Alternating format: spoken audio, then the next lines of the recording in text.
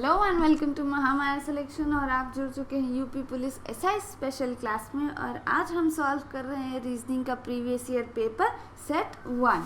तो चलिए देखते हैं कि रीजनिंग के सेक्शन में आज हमारे पास क्या क्या क्वेश्चंस है। रीजनिंग के सेक्शन में जो हमारा फर्स्ट क्वेश्चन है वो ऐसा है कि यहाँ दिए गए विकल्पों में से दूसरे जोड़े के लिए सापेक्षिक शब्द का चयन करें जो पहली जोड़ी के रिश्ते का अनुसरण करेगा और प्रश्न चिन्ह की जगह लेगा। चलिए देखते हैं कि क्या है हमारे पास है सी डी ई, फिर है डब्ल्यू वी और यू, फिर है हमारे पास जी एच और एल, और यहाँ है प्रश्न चिन्ह जो हमें बताना है। हम यहाँ देख सकते हैं कि ई से ये क्या हो जा रहा है, यहाँ जी, यानी कि एक जो है एफ के बाद हमारा एक बढ़ जा रहा है, यहाँ पे जी हो जा रहा है। और यहाँ पे क्या हो रहा है, सी डी ई, ये तीनों ही क्या है, बढ़ते क्रम में है। और यहाँ पे क्या है, ये यू वी डब्ल्यू सभी घटते क्रम में है, यानी कि -1 डिक्रीज होता जा रहा है। तो चूंकि यहाँ +1 इंक्रीज हो रहा है तो यहाँ भी +1 इंक्रीज हो रहा है, यहाँ -1 हो रहा है, तो इसलिए यहाँ जो आने वाला होगा वो भी हमारा क्या होगा, u के बाद -1 होगा। तो u के बाद हम अगर -1 करेंगे रिवर्स से तो हमारे पास क्या होना चाहिए, हमारे पास q होना चाहिए रिवर्स से, और r और s होना चाहिए। अब चूँकि ये दोनों क्या है, कैपिटल में लिखे हुए हैं, तो यहाँ पे भी आने वाला ये जो 2 होगा वो हमारा कैपिटल में होगा, तो इसलिए यहाँ पे क्या होगा, SRQ, यानी कि हमारा ऑप्शन ए सही उत्तर होगा। चलिए अब आगे बढ़ते हैं अगले प्रश्न की तरफ। अगला प्रश्न हमारे पास है वर्णित श्रृंखला में गलत संख्या पहचाने, यानी कि रॉन्ग नंबर सीरीज है। और हमारे पास नंबर्स क्या है, हमारे पास है 2, 8, 18, 32 और 54, ये नंबर्स हैं। चलिए देख लेते हैं कि इनका डिफरेंस कितना है, क्योंकि नंबर्स में बहुत ज़्यादा का डिफरेंस नहीं है। तो यहाँ 6 है, यहाँ हमारे पास 10 है, तो यहाँ हमारे पास कितना है, यहाँ हमारे पास 14 है, और यहाँ हमारे पास कितना है, 22 है।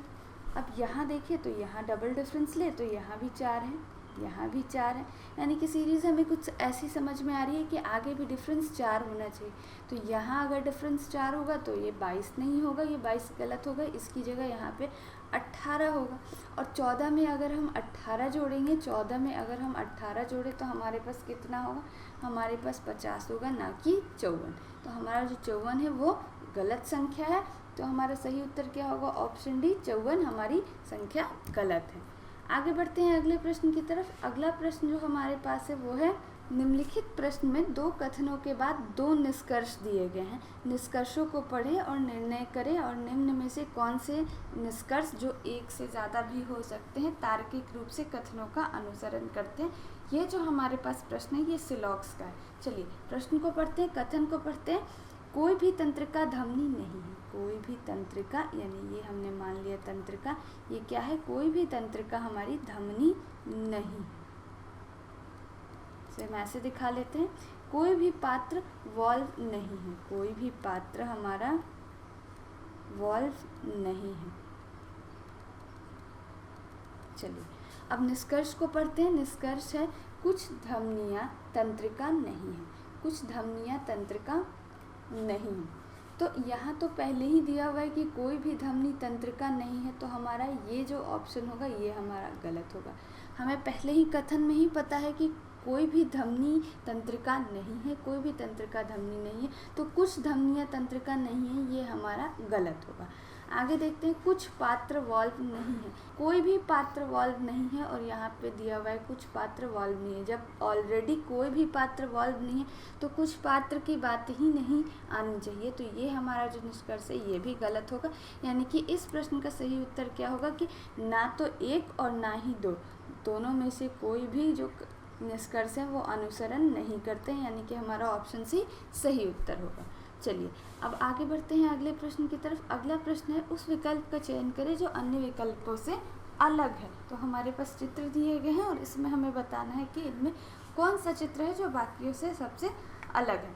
तो इसका सही उत्तर हमारे पास क्या होगा, हमारा ऑप्शन सी जो है वो बाकियों से अलग है, इसका सही उत्तर ऑप्शन सी होगा। चलिए आगे बढ़ते हैं अगले प्रश्न की तरफ। अगला प्रश्न जो हमारे पास है वो है कला का कहना है कि अरुण की उम्र 42 से कम, लेकिन ये हमारे पास 36 नहीं है, ये 86 नहीं 36 है। 36 से अधिक है। सुरेश का कहना है कि अरुण की उम्र 40 से कम लेकिन 37 से अधिक है। सुंदर का कहना है कि अरुण की उम्र 39 से कम है लेकिन 34 से अधिक है। यदि हर कोई अरुण की उम्र का पूर्वानुमान के बारे में सही है तो अरुण की उम्र क्या होगी। चलिए देखते हैं कि यहाँ पे क्या है। कला का कहना है कि अरुण की जो उम्र है वो 42 से कम है और 36 से ज़्यादा है, तो 36 से ज़्यादा है और 42 से कम है। सुरेश का कहना है कि सुरेश ने क्या कहा अरुण की उम्र के बारे में। सुरेश ने कहा कि अरुण की उम्र जो है वो 37 से अधिक है लेकिन 40 से कम है। और सुंदर ने क्या कहा, सुंदर ने कहा कि अरुण की उम्र 34 से अधिक है लेकिन 39 से कम है। तो ये 3 स्टेटमेंट निकल के सामने आ रहे हैं। तो अब हमें बताना है कि अरुण की उम्र क्या हो। लोएस्ट दी गई है वो क्या है 37, यानी कि उसकी उम्र 37 से कम नहीं है। और सबसे अधिक हमारे पास क्या दिया गया है, सबसे इधर अधिक जो है वो 39 से अधिक नहीं है। तो 37 और 39 के बीच में ही अरुण की जो उम्र होगी वो होगी। तो 37 और 39 के बीच में क्या होगा 38, यानी अरुण की उम्र क्या होगी 38 साल। अरुण की उम्र 38 साल होगी।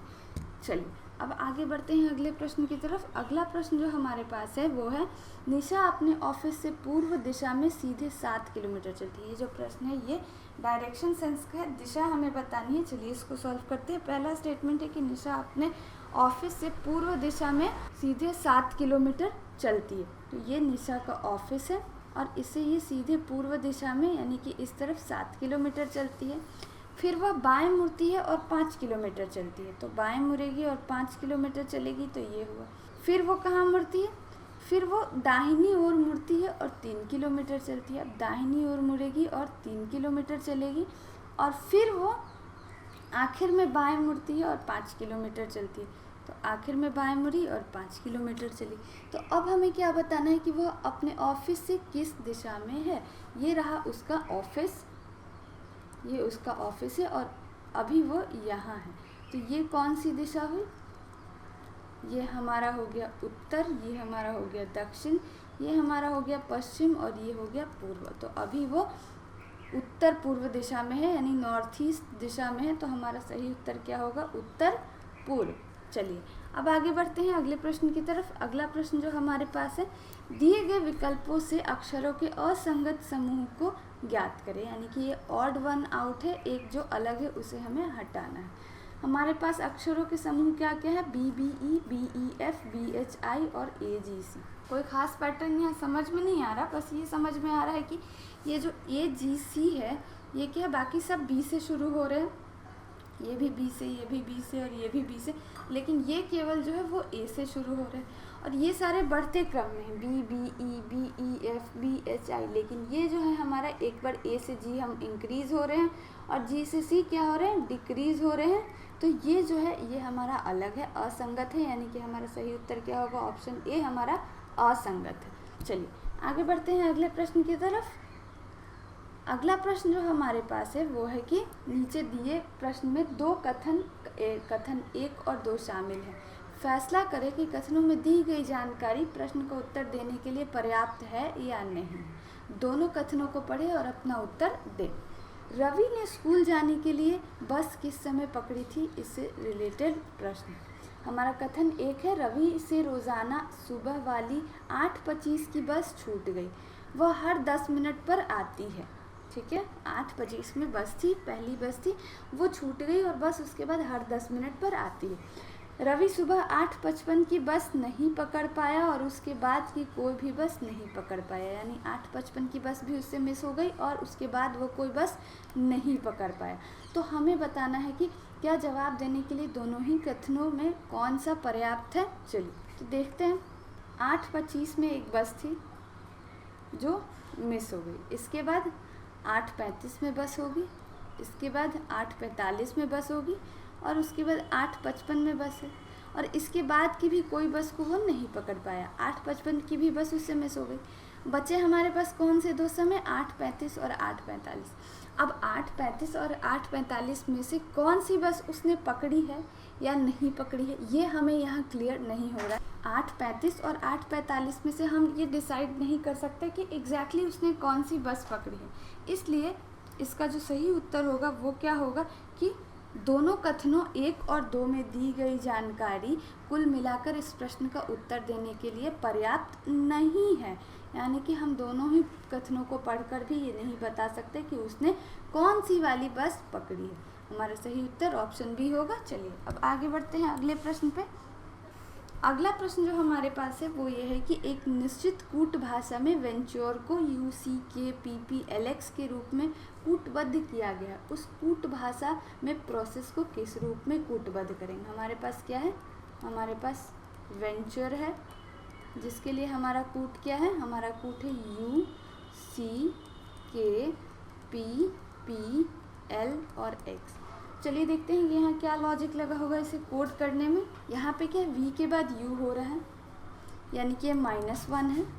यहाँ पे C के बाद E आता है तो ये -2 है।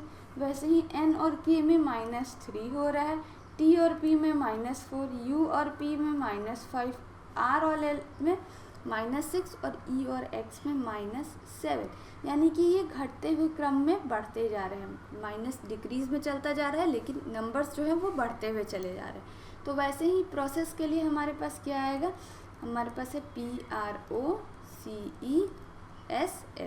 यहाँ पे -1, -2, -3, -4, -5, -6, -7 यानी कि P से माइनस करेंगे तो O, R से 2 माइनस करेंगे तो हमारे पास P, O से 3 माइनस करेंगे तो L हमारे पास, और C से 4 माइनस करेंगे तो Y, E से 5 माइनस करेंगे तो Z, और S से 6 माइनस करेंगे तो M, और S से 7 माइनस करेंगे तो L। यानी कि OPLY ZML हमारा सही उत्तर होगा। यानी कि हमारा ऑप्शन ए जो होगा वो सही उत्तर होगा। चलिए अब आगे बढ़ते हैं अगले प्रश्न की तरफ। अगला प्रश्न जो आज के सेशन में हमारे पास है वो है सिलॉक्स का। तो चलिए डायरेक्ट कथन पे आते हैं। हमारा जो पहला कथन है वो है हर गीत संगीत है। हर गीत हमारा क्या है, वो संगीत है। हमारा हर गीत संगीत है। कोई भी ध्वनि संगीत है। कोई भी ध्वनि, किसी भी प्रकार की ध्वनि हो वो क्या है, संगीत है। और निष्कर्ष है कुछ गीत ध्वनि है, कुछ गीत ध्वनि है। तो ध्वनि तो संगीत के अंदर है और गीत भी संगीत के अंदर है, लेकिन इन दोनों में क्या डायरेक्ट रिश्ता है ये हमें नहीं पता है। और अगर ये पॉसिबिलिटी में होता, संभव है का केस होता तो सही होता, लेकिन यहाँ ऐसा कुछ नहीं है तो ये गलत हो। कोई भी ध्वनि गीत है, कोई भी ध्वनि गीत है। तो यहाँ भी वही बात, इसी स्टेटमेंट को पलटकर यहाँ पे दिया गया है कि कोई भी ध्वनि गीत है, तो ये भी हमारा गलत होगा। यानी कि इसका सही उत्तर क्या होगा कि ना तो 1 और ना ही 2 अनुसरण करते हैं, यानी कि हमारा ऑप्शन सी सही उत्तर होगा। चलिए अब आगे बढ़ते हैं अगले प्रश्न की तरफ। अगला प्रश्न जो हमारे पास है ये ब्लड रिलेशन का है। प्रश्न है क्यू सी का बेटा है, सी है और इसका बेटा है क्यू, जिसने ए से विवाह किया है। इस सी ने ए से विवाह किया है। यदि एम क्यू की बेटी है, यदि एम क्यू की बेटी है तो एम का ए से क्या रिश्ता होगा, तो एम का ए से क्या रिश्ता होगा, तो एम का ए से क्या रिश्ता होगा, एम ए की क्या होगी, पोती या नवासी। तो हमारा सही उत्तर ऑप्शन डी होगा, पोती या नवासी। आज के सेशन में बस इतना ही। बाकी के बचे हुए क्वेश्चंस हम अगले पार्ट में ज़रूर लेकर आएंगे। और अगर आपको ये वीडियो अच्छी लगी हो तो इसे लाइक करें और अपने फ्रेंड्स के साथ शेयर करें। आगे और भी ऐसी ही वीडियोस देखते रहने के लिए महामाया सिलेक्शन को सब्सक्राइब ज़रूर करें। Thank you for watching.